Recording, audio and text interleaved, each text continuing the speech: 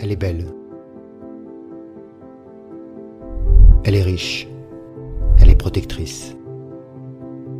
Elle nous offre de l'eau et de la nourriture. Ni trop chaude, ni trop froide.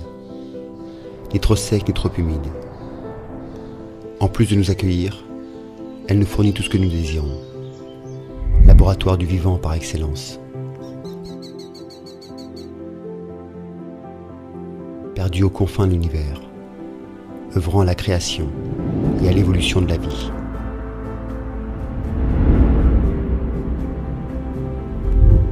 Elle est un mystère.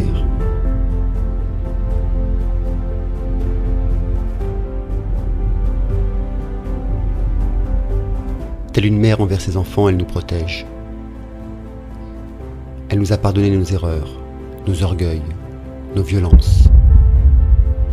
Elle a toujours eu de la compassion malgré notre cupidité, notre avidité. Avons-nous oublié qu'aucune autre n'est encore connue par l'homme pour maintenir la vie? Avons-nous vraiment décidé de fermer les yeux, de ne pas regarder d'où viennent les animaux et les végétaux que nous mangeons, de ne pas regarder d'où proviennent les objets que nous consommons, encore moins de voir où finissent les déchets que nous accumulons au quotidien? Avons-nous vraiment décidé de fermer nos oreilles pour ne pas entendre que nous avons participé et participons encore pleinement aujourd'hui à la 6e plus grande extinction du vivant?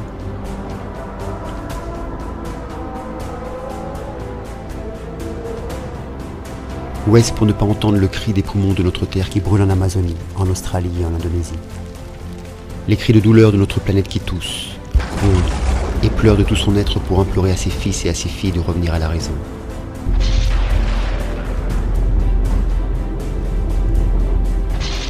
Avons-nous vraiment décidé de fermer nos mains, en n'étendant plus que pour échanger des biens contre des morceaux de papier n'ayant qu'une valeur fictive, et qui servent uniquement à servir un système qui nous a servi?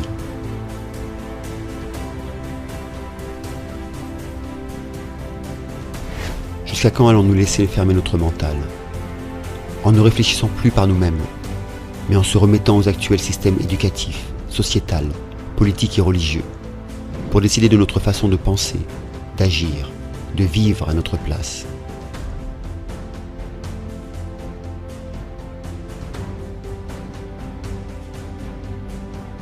Jusqu'où allons-nous fermer nos cœurs, en quittant loin derrière des valeurs du sacré, du divin, de la déesse mère, des dieux, des anges, eux qui nous permettaient de saisir notre connexion profonde à notre terre-mère, ainsi qu'à nos valeurs spirituelles les plus élevées? Renoncer à tout cela pour nous connecter aux valeurs des mathématiques, de la science et de la technologie qui ont délibérément écarté le cœur, l'intuition et l'émotion au profit des statistiques, des fameuses preuves, devenues alors des nouveaux dieux tout-puissants.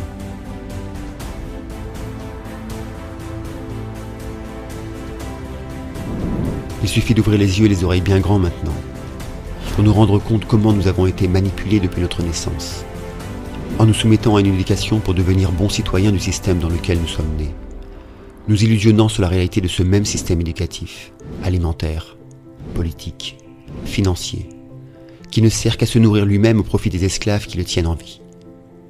Nous.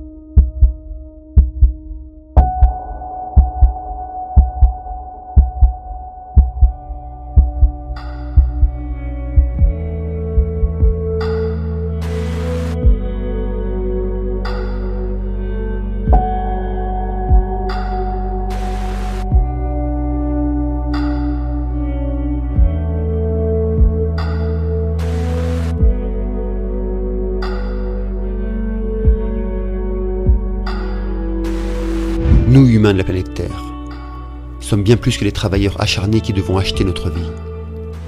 Nous sommes bien plus que des consommateurs journaliers de tout et de rien. Nous sommes bien plus que des destructeurs du vivant tractés par nos peurs.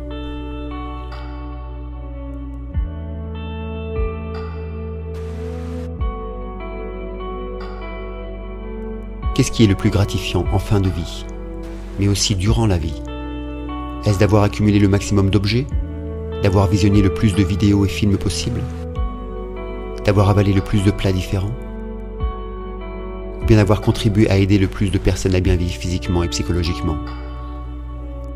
D'avoir contribué à préserver notre planète?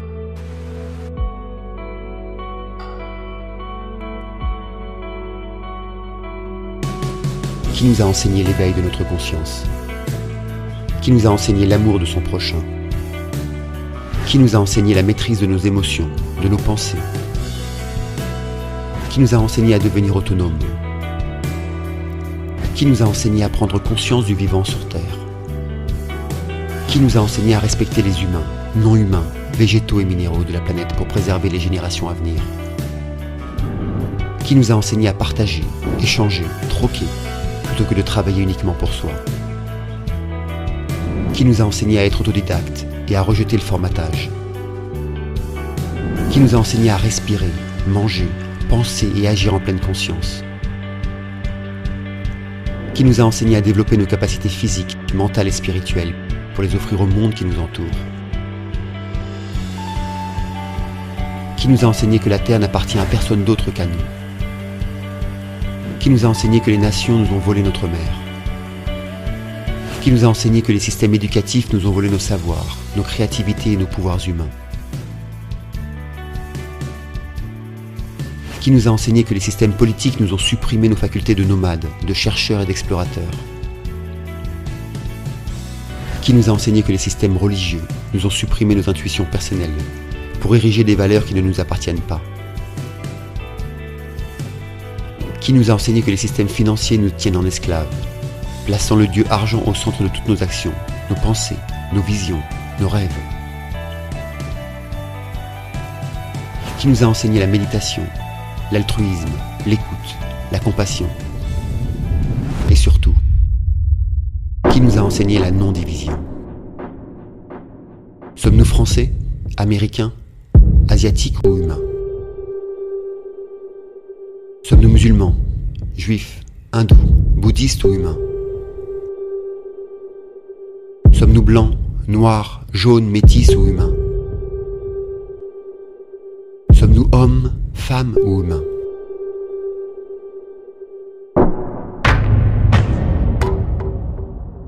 Il est temps d'ouvrir nos yeux, nos oreilles, nos cœurs, de tendre nos mains pour se réunir, ensemble se construire autrement, afin de permettre aux générations futures d'exister. De renoncer aux systèmes archaïques financiers, politiques, religieux et éducatifs. Les laisser sombrer dans leurs sombres repères, car nous n'avons pas besoin d'eux pour vivre heureux.